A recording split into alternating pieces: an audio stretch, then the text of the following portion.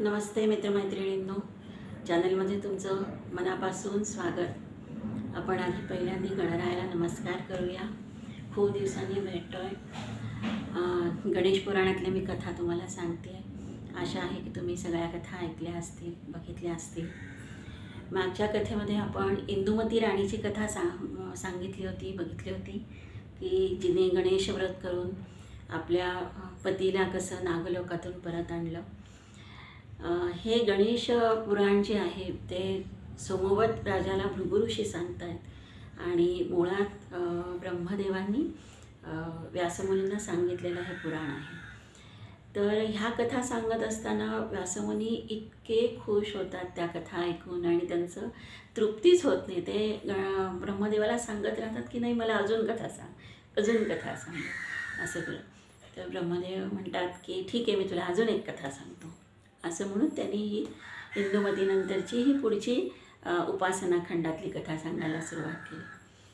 त्यांनी सांगितलं की मध्य प्रदेशामध्ये सहस्त्र नावाचं एक नगर आहे आणि तिथे शूरसेन नावाचा राजा राज्य करतो आहे.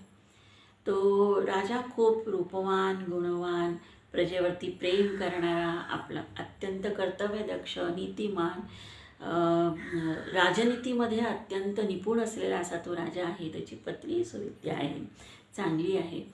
असं त्याचं राज्य सगळं चांगलं चाललेलं असताना एके दिवशी तो राजसभेत बसलेला असताना त्याला आकाशामधला कसला तरी घरघर आवाज ऐकू येतो.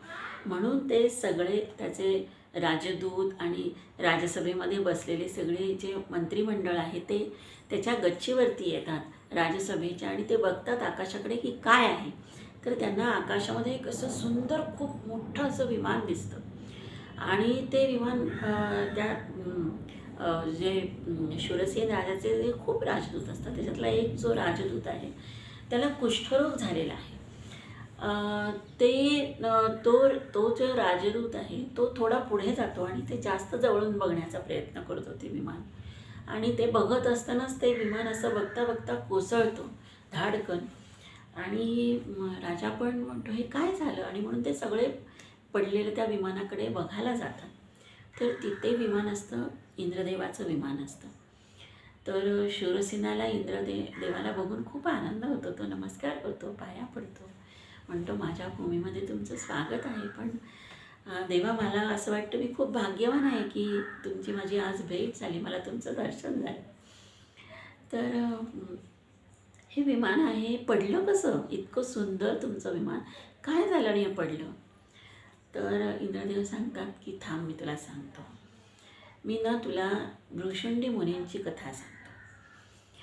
तर कोण होते हे भृशुंडी मुनी? नारद मुनींनी सांगितलेली ही कथा आहे. नारद मुनी मला म्हणाले की मी भृशुंडी मुनींच्या कडे गेलो होतो, तिथूनच तुझ्याकडे आलो, असं इंद्रदेव शूरसेनाला सांगतात.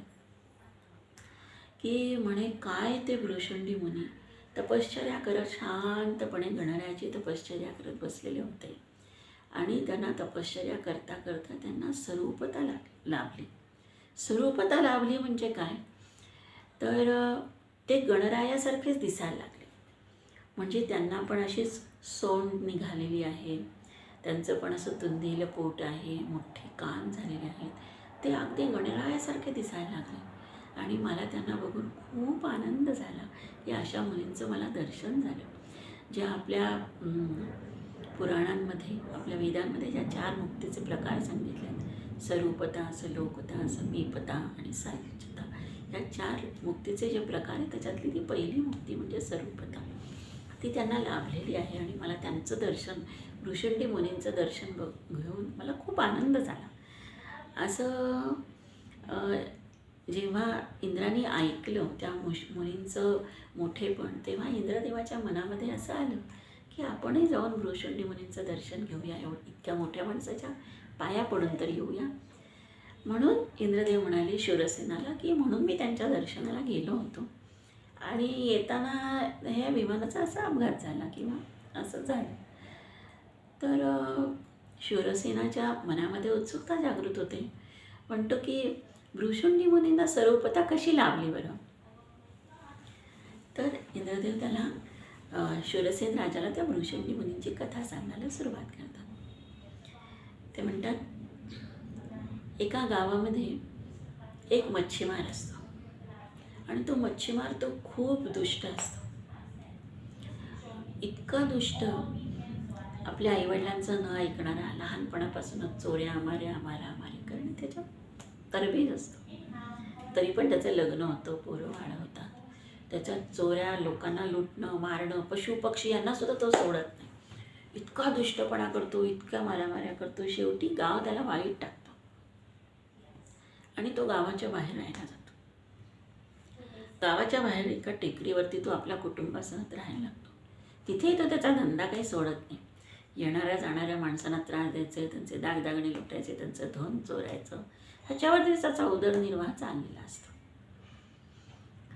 असंच तो एकदा एका पशुलाही तो सोडत नसतो. पशु पक्षी कोणाला सोडत नसतो. जे मिळेल ते लुटायचं, मारायचं, खायचं, कसा वापर करायचा, कुठेतरी शहरामध्ये जाऊन थोडंफार विकायचं, आणखीन पैसे कमवायचे, आणखीन मारामारी करायची, हेच त्याचे उद्योग चालू असतात. असा तो मच्छीमार, त्याचं नाव असतं नावच मच्छीमार असतो. तो असाच एकदा एका पशुचा वध करण्यासाठी म्हणून निघतो आणि तो पशुच्या मागे मागे मागे मागे पळत जातो आणि तो खूप दूर जातो जणू काही एका जंगलात जातो त्याला आणि दमतो तो खूप. अगदी त्याला चालण्याचं पण त्राण नाही राहत, इतकं होतं. तो एका झाडाखाली तसाच बसून राहतो. त्याला खूप तहान लागलेली असते. असाच सरपटत हळूहळू चालत कसाबसा पुढे जात राहतो. त्याला एक तीर्थ दिसतं, तिथे तो स्नान करतो, पाणी पितो. थोडासा थोडीशी तरतरी येते त्याला आणि तो थोडा इकडे तिकडे बघायला लागतो. तर तिथे एक माणूस गणेशाचा जप करत बसलेला असतो. तर त्याचा मूळ स्वभाव मारामारीचा. तो आपली जी तलवार असतो, आपलं शस्त्र घेऊन त्या माणसाला, शांत चित्ताने गणेशाचा जप करणाऱ्या त्या माणसाला मारायला म्हणून जवळ जातो.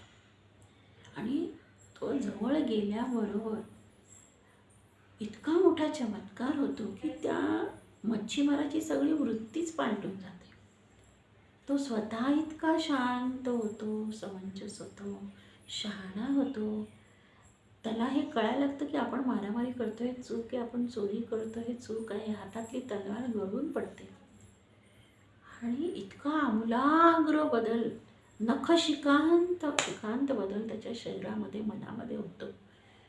तेव्हा तो ते जे गृहस्थ असतात, जे बसलेले असतात तिथे गणरायाची साधना करत, त्यांच्या पाया पडतो आणि म्हणतो, मला माहिती नाही तुम्ही कोण आहात, पण मी एवढं नक्की जाणलं की तुम्ही मोठे आहात आणि तुमच्या एका सेकंदाच्या सानिध्यानेच माझ्या शरीरामध्ये, मनामध्ये जर एवढा फरक बदललेला आहे, तर मला काही झालं तरी तुम्ही मार्गदर्शन करा, माझे गुरु बना आणि मला आता ह्याच्या पुढचं आयुष्य चांगलं घालवायचं आहे. मी खूप पाप केले, मी तुम्हाला शरण आले, मला खूप पश्चाताप झाला मी जे काय केलं आहे त्या चुकीचं, तर तुम्ही मला मार्गदर्शन करा, माझे गुरु बना. कोण असतात ते असतात मुद्गल मुनी, गणेशाचे प्रथम सेवक. गणेशाने सांगितलं आहे की माझ्याऐवजी ह्या मुद्गल मुनींची पूजा केली तरी चालेल, इतका तो मोठा आहे, माझ्यासारखाच माझा भक्त आहे, असा तो मोठा आहे. ते मुद्गल मुनी आणि त्या मुद्गल मुनीच्या तो पाया पडतो, शरण जातो त्यांना. ते त्याच्यात प्रसन्न होतात. म्हणतात, नामा, मी तुला गणेशाचा मंत्र देतो, तू जप. तो हा मंत्र जो देतोय तो जप कर त्याचा. किती जप करशील? मी आता इथून चाललो आहे, हा माझा दंड तुझ्या भोवती मी रोवतो. ह्या दंडाला जोपर्यंत पालवी फुटत नाही तोपर्यंत तो जप करायचा, हालायचं नाही इथून. तुला गणराया प्रसन्न. आणि तो नाम जो आहे तो त्या वृक्षाखाली बसतो आणि समोर त्याच्या भोवती तो दंड मुद्गल मुनी खोवतात त्यांचा आणि ते निघून जातात आणि हा जपाला सुरुवात करतो. आणि असा न ढळता एक म्हणजे फक्त वायू भक्षण करून एका जागी स्थिर राहून मनापासून त्या गणेशाची प्रार्थना करतो, जप जपतो, अहोरात्र रात्रंदिवस ओम गं गणपते नमः असा जप जपत राहतो.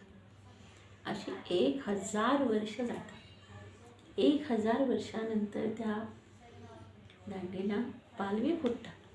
पण तोपर्यंत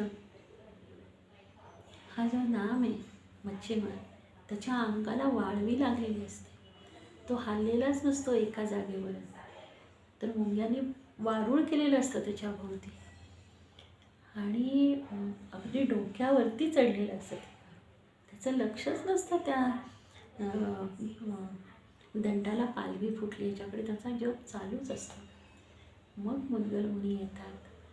ते बघतात दंड आहे, दंडाला पालवी फुटलेली आहे आणि समोर वारूळ आहे आणि त्यांना कळतं हा आपला शिष्य आहे. ते वारूळ बाजूला सांगतात आणि त्याला सांगतात की गणराया तुझ्यावरती प्रसन्न आहे, तो तुला आता दर्शन देईल. आणि त्याप्रमाणे गणराया त्याच्या समोर येऊन उभे राहतात. कारण मुद्गल मुनींनी सांगितलं म्हटल्यानंतर गणरायाला दर्शन द्यावंच लागतं. गणराया येतो आणि जेव्हा त्या नावाला दर्शन देतात तेव्हा म्हणतात सांग तुला काय हवं आहे. तेव्हा तो म्हणतो मला जे योग्य आहे ते तुम्ही द्या आणि मग मला तुमच्यासारखं बनवा मला. आणि मग गणराया त्याला आपल्यासारखं स्वरूप देतात. आपल्यासारखंच रूप देतात आणि त्याच्या भ्रूमध्यामधून एक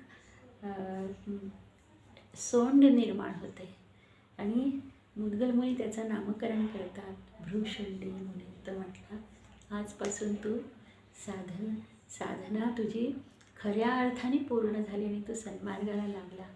आज गणराया तुझ्यावरती प्रसन्न झालेला आहे. आजपासून मी तुझं नामकरण करतो भ्रूशुंडी. आणि मग तो नाग जो आहे तो मच्छीमार न राहता तो मुनी बनतो. ही आहे भ्रूशुंडी मुनींच्या स्वरूपतेची कहाणी. ही कहाणी इंद्र सांगतो आहे शूरसेन राजाला. पुढे काय होतं आपण पुढच्या भागात बोलूया. कथा कशी वाटली नक्की सांगा.